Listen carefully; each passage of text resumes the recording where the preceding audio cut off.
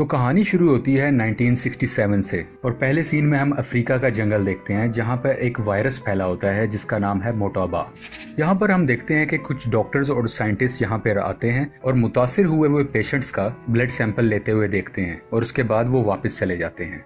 और कुछ ही देर में हम देखते हैं कि अमेरिकन आर्मी के जनरल्स एक हुक्म जारी करते हैं जिसमें वो कहते हैं कि इस गाँव पर बम गिराकर तबाह कर दिया जाए ताकि वायरस को आगे फैलने से रोक सकें। अब मूवी हमें 28 साल के बाद आगे ले जाती और यहाँ पर हम अपने one of the main character Dustin Hoffman को देखते हैं जो इस मूवी में कर्नल सैम का किरदार अदा कर रहे हैं। सैम अपनी वाइफ के साथ रहता है जिसका नाम डॉक्टर रॉबी है। कुछ ही देर में सैम को जनरल की तरफ से एक कॉल आती है जिसमें वो लेवल 4 की डिटेल्स बताते हैं। अब बेसिकली लेवल 4 है क्या? लेवल 4 बेसिकली एक ऐसी डिजीज है जिसमें लाइफ के लिए हाई रिस्क होता है। अब इसकी मजीद डिटेल जानने के लिए सैम कर्नल से मिलने के लिए जाते हैं।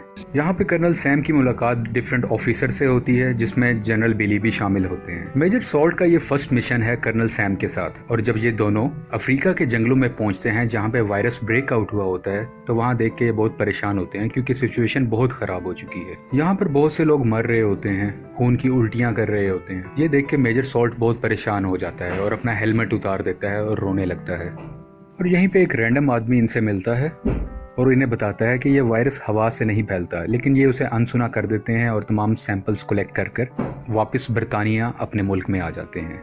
जब कर्नल सैम इस वायरस का टेस्ट कर रहे होते हैं अपनी एक हाईटेक लेबोरेटरी में तो इन्हें और इनकी टीम को पता चलता है कि ये मोटोबा वायरस है। ये वही वायरस है जो आज से 28 साल पहले भी आया था। और ये भी पता चलता है कि ये वायरस बहुत तेजी से फैलता है, यानी कि 1 घंटे में डबल हो जाया करता है, दुगना हो जाता है। और अगर एहतियाती तदाबीर ना की जाए तो 24 घंटे के अंदर इंसान की मौत भी वाक़िया हो सकती है। और इस वायरस की एक अजीब बात ये भी होती है कि ना ये टच करने से यानी कि ना छूने से फैलता है और ना ही हवा से फैला करता है। मजीद इन्वेस्टिगेशन के बाद पता चलता है कि ये वायरस बंदरों से आया है और ये कोई ऐसा वायरस है जो मैन मेड है और इन बंदरों में किसी ने ये वायरस डाला गया है। और दूसरी तरफ हम देखते हैं कि साइंटिस्ट अभी भी अफ्रीका से बंदर लेकर अपने दूसरे मुल्कों की तरफ जा रहे हैं ताकि उन पर मेडिकली एक्सपेरिमेंट्स किए जा सकें। सैम अपने सीनियर्स को ये सारी बात बताता है।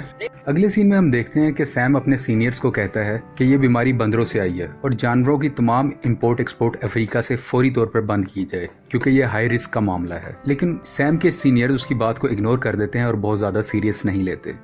अब हम देखते हैं कि एक शख्स अफ्रीका के जंगलों से स्मगलिंग करके एक बंदर को कैलिफोर्निया लेके आता है और रास्ते में जब बंदर पानी पी रहा होता है तो वो पानी पीते हुए उस शख्स पर पानी की कुली कर देता है, यानी कि वो अपने मुंह से पानी उस शख्स पर फेंक देता है। ये जो बंदा इस बंदर की स्मगलिंग कर रहा होता है इसका नाम होता है जेम्स स्कॉट।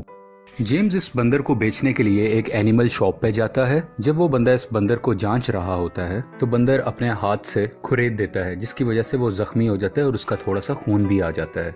जब दुकानदार गौर करता है कि ये बंदर नहीं बल्कि बंदरिया है, यानी कि फीमेल मंकी है, तो वो स्कॉट को वापस कर देता है और कहता है कि मुझे मेल बंदर की जरूरत है ना कि फीमेल की। इसी बंदर के हाथ में एक बनाना भी होता है जो दूसरा बंदर उसे छीन लेता है और वो भी खा लेता है। और यहाँ पे हमें ये चीज क्लियर हो रही होती है कि इस बंदर से वायरस स्कॉट में फैला और इसी बंदर की वजह से उस दुकानदार में और दूसरे बंदर ने जिसने इसका झूठा केला खाया। अब जब इसका बंदर नहीं बिका होता तो स्कॉट उसे करीबी जंगल में छोड़ देता है ये सोचकर कि ये आजाद हो जाए और मुझे वापस जाना है। अब स्कॉट यहाँ से बॉस्टन जाने की तैयारी करता है, उसको अपनी फ्लाइट पकड़नी होती है। जब स्कॉट प्लेन में बैठा होता है तो इसकी तबीयत काफी खराब होती है और जब ये बॉस्टन पहुंच जाता है तो ये अपनी फ्रेंड से गले मिलता है और उसी वक्त स्कॉट बेहोश होके एयरपोर्ट पर ही गिर जाता है। दूसरी तरफ हम देखते हैं वो दुकानदार जो बंदर खरीदना चाह रहा था वो भी खून की उल्टी करता है और बीमार होकर हॉस्पिटल पहुंच जाता है। यहाँ पर एक लैब असिस्टेंट उस दुकानदार के खून का टेस्ट कर रहा होता है और इसी टेस्ट के दरमियान गलती से वो खून उसके चेहरे पर गिर जाता है और वो खुद को हॉस्पिटलाइज करवा लेता है क्योंकि वो सेंस रखता है और वो इस उम्मीद में रखता है कि वो जल्दी ठीक हो जाएगा। अगले सीन में हम रॉबी को देखते हैं जो कि कर्नल सैम की वाइफ है। ये पेशे से डॉक्टर होती है। जब रॉबी को स्कॉट के बारे में पता चलता है तो वो फौरन उससे मिलने के लिए जाती हैं, लेकिन जब तक वो पहुंचती हैं तो स्कॉट की डेथ हो चुकी होती है। और रॉबी जब स्कॉट का पोस्टमार्टम करती है तो उसके जिस्म के तमाम अंदरूनी हिस्से ऑलमोस्ट पानी से भर जाते हैं। उसने ऐसा केस पहले कभी नहीं देखा होता और वो ये बात अपने हस्बैंड सैम से भी शेयर करती है। रॉबी ये भी बताती है अगर ऐसा ही केस 24 घंटे में दोबारा आया तो हम हाई अलर्ट इशू कर देंगे। अब हम ये देखते हैं कि वही लेबोरेटरी वाला असिस्टेंट अपनी फ्रेंड के साथ सिनेमा में मूवी देखने के लिए जाता है। वहाँ पर इसकी तबीयत थोड़ी सी खराब होती है और वो जोर जोर से खांसने लगता है, जिसकी वजह से वायरस दूसरे लोगों तक पहुँचने लगता है। लेकिन इसे इस चीज़ का रियलाइजेशन बिल्कुल भी नहीं होती। वो इसे एक नॉर्मल कफ समझ रहा होता है अब तक।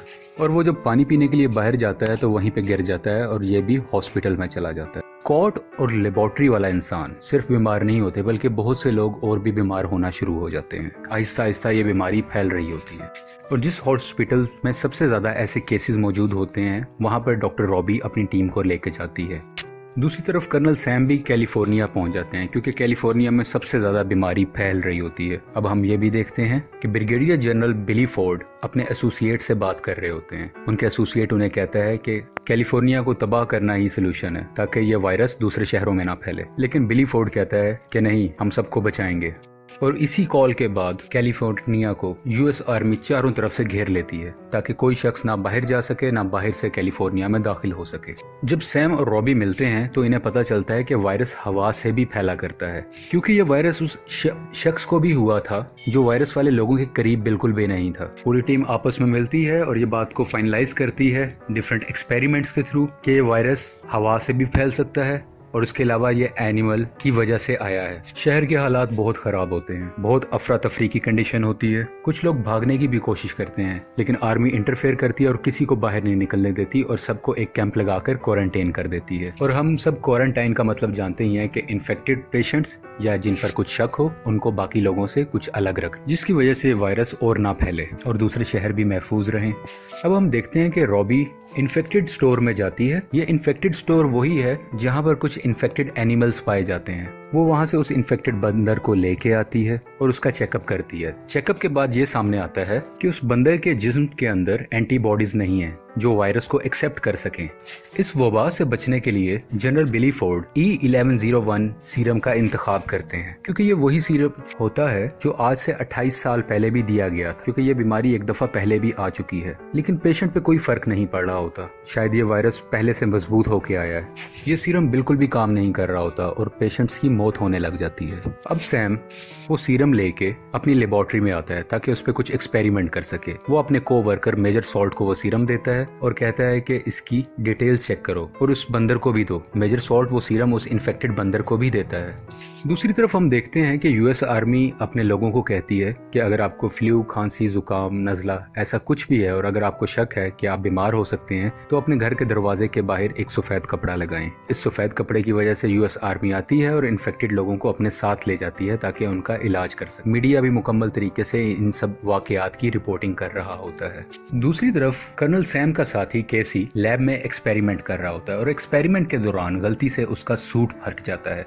ये एक प्रोटेक्टिव सूट है और फटने के बाद इसकी प्रोटेक्शन बिल्कुल नहीं है, क्योंकि वो वायरस के बिल्कुल करीब होता है तो ये वायरस उसके अंदर भी आ जाता है, लेकिन वो इस वायरस का किसी से जिक्र नहीं करता। दूसरी तरफ हम देखते हैं कि यूएस प्रेसिडेंट एक मीटिंग कर रहे होते हैं और इसी मीटिंग के दरमियान वो जनरल जो बिली को कह रहा था कि हम कैलिफोर्निया को तबाह कर देते हैं वो यहाँ पे मौजूद होता है और वही जनरल प्रेसिडेंट से कैलिफोर्निया को तबाह करने की इजाजत ले लेता है। यानी कि अब हुकूमत की तरफ से ऑर्डर है कि कैलिफोर्निया को तबाह कर दिया जाए, क्योंकि अगर बम गिरा के इसे तबाह ना किया गया तो ये बीमारी दूसरे शहरों में भी फैल जाएगी। और ये कहीं से सेंस नहीं बनती कि कैलिफोर्निया के 27,000 लोगों को बचाने के लिए हम अमेरिका के लाखों लोगों को रिस्क में डाल दें।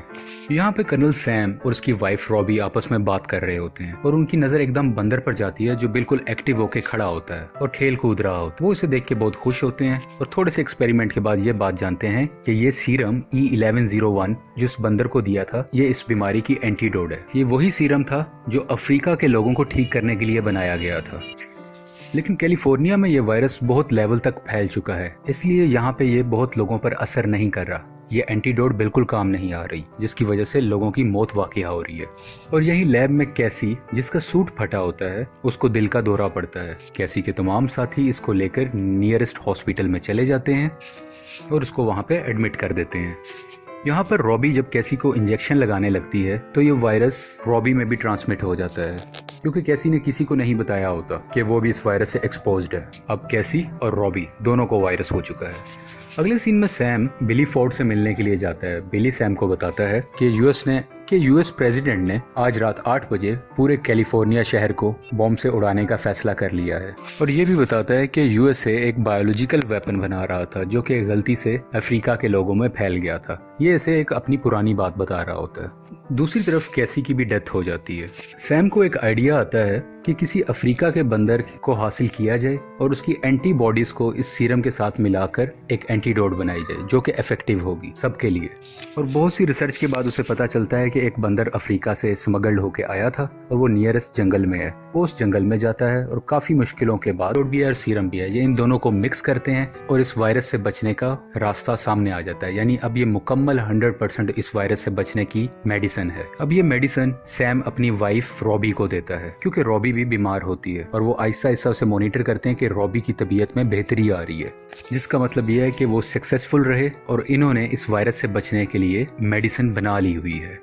हम देखते हैं कि 8 बजने के करीब होते हैं क्योंकि 8 बजे एक प्लेन ने आकर कैलिफोर्निया पर बॉम्ब से हमला करना था और अब ये दोनों यानी कि सैम और उसका साथी सॉल्ट एक हेलीकॉप्टर में बैठते हैं कि जल्द से जल्द हम उस प्लेन को किसी तरह से रोक सकें। सैम का उस पायलट से राब्ता होता है जिसे वो मना करता है कि बम मत गिराओ, लेकिन वो उसकी नहीं सुनता तो जनरल बिली फोर्ड इंटरफेयर करता है और वो उस पायलट को शहर पे बम गिराने से रोक लेता है।